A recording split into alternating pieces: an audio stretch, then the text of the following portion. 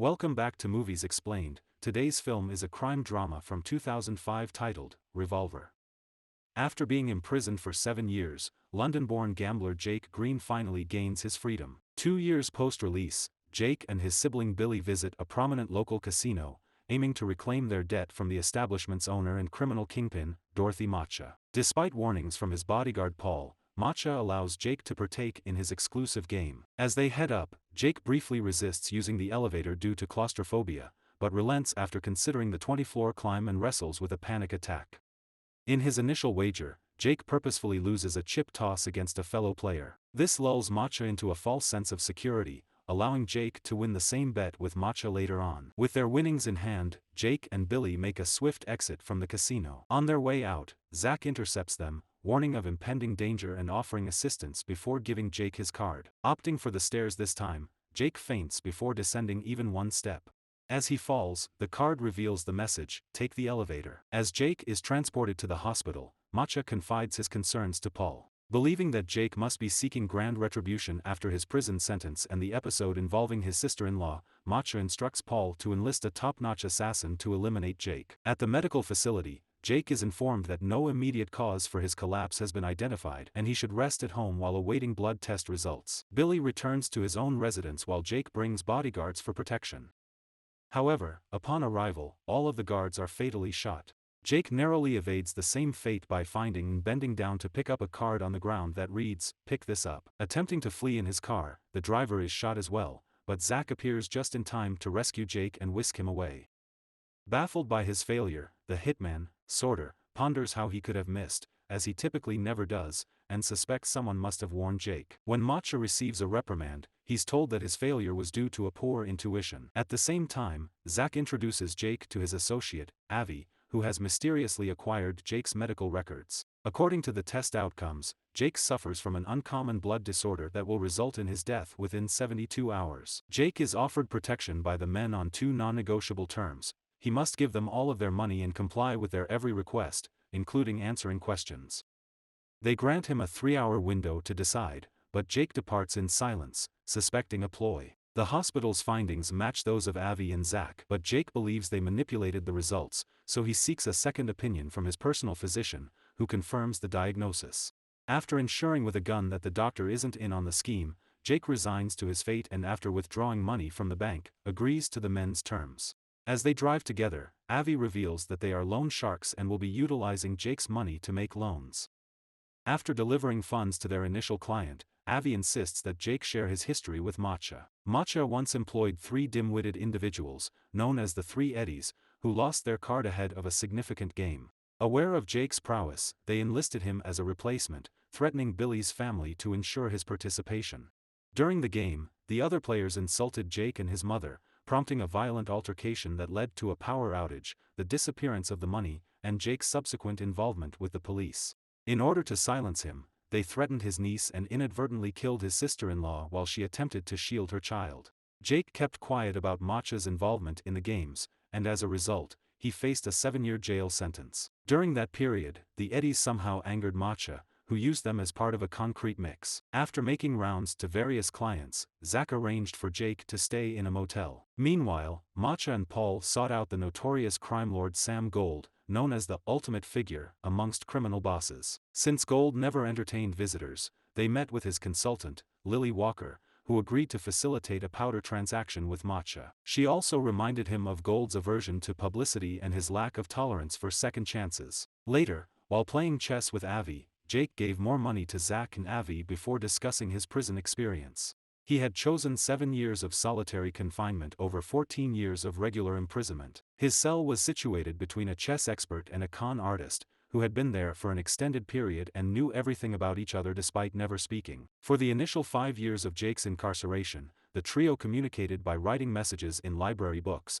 and that's how Jake discovered their winning formula for any game. The 2 men planned a prison escape, pledging to include Jake, but when they finally escaped, they vanished without a trace, leaving Jake behind. Upon his release 2 years later, he discovered the men had stolen all his money, leaving only a note stating, "You can only get smarter by playing a smarter opponent." Jake then used the formula to amass wealth at numerous casinos. Over time, Jake continued his work by visiting clients and distributing his money. Although he was supposed to intimidate them if they didn't pay, he couldn't bring himself to harm innocent desperate individuals. At the same time, Avi and Zach rigged a wall to a truck, intending to break it down and steal the safe on the other side containing the powder Matcha had promised Lily. When Matcha learned of the theft, he dispatched Paul to resolve the issue at any cost. Paul approached their competitor, Triad boss Lord John, who agreed to supply the powder on short notice but demanded a steep price. Jake, Zach, Avi and their crew proceeded to the hotel where the exchange was set to occur. Quietly entering the adjacent room to the gangsters,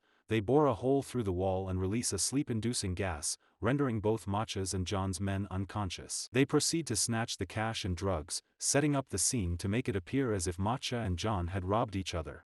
Later on, Jake receives a call from Billy, who informs him that after making inquiries, he has learned that Zach and Avi are so dangerous that not even gold would dare to touch them. Billy urges Jake to leave, but Jake disregards the warning and returns to work where he is anticipated to eliminate a frightened client. Instead, he attempts to shoot Avi but discovers the gun is empty just as Avi knocks him out. Awakening in the motel hours later, Jake gets a call from Avi who tells him that he has survived the third day and should seek a medical checkup. After a visit from his niece and Billy, who provides him with a gun for protection, Jake consults his doctor, who reveals that the initial diagnosis was incorrect and Jake is in fact healthy. He tries to confront Avi for an explanation, but Avi simply says he will have to be patient. In the meantime, Paul has been collecting intel, and Jake's name emerges as a common factor in the troubles faced by his men. Consequently, Matcha orders Jake's execution. Upon returning to the motel, Jake finds Avi and Zach waiting for him, warning him that Matcha's goons are inside his room. Jake flees, pursued by the thugs, but manages to evade them, especially when one of the gang members accidentally shoots himself. The other criminals discover the body and assume Jake is responsible. Jake confronts Avi and Zach in their office, where they admit they've always been aware that Jake had withheld information about his past arrangement with the Eddies. The trio had intended to kill Jake upon his release from prison since his actions had led to their dismissal by Matcha. In order to save himself, Jake proposed a deal to the Eddies. He would give them 3% of any money they lent him each month. Initially, only one Eddie agreed, but when they saw Jake keeping his end of the bargain, they all wanted in, this time for a 4% cut. Unbeknownst to them, Jake was paying each Eddie using the money from another Eddie, ensuring that he lost nothing in the process. It came to a point where they ran out of funds to loan, so they sought assistance from Matcha, who quickly grew intrigued by the enigmatic source of the Eddie's wealth. After trying his luck with the formula and amassing a fortune, Jake decided to take a break with his brother and niece, during which Matcha eliminated the Eddies for their failure to repay him. As for Matcha, he's dining at an upscale eatery when his underlings arrive to inform him that Jake has slipped away. Sorter identifies John's lover in disguise as a waitress and shoots her before departing the establishment to pursue her driver. Despite his aim being off, he only wounds her, and before passing away, the woman manages to shoot off one of Matcha's fingers amidst the chaos. Subsequently, Sorter is dispatched to Lord John's hideout to eliminate him and his crew. Meanwhile, Jake continues conversing with Zach and Avi as they engage in a rooftop game of golf. They clarify to him that gold is an elusive figure because he doesn't actually exist. He is merely a symbol of ego and the embodiment of greed, wielding power only over those who invest in him. Consequently, Jake must alter the parameters of what governs him. Following this, Jake withdraws the remainder of his money from the bank, donates it all, and stealthily enters Matcha's bedroom.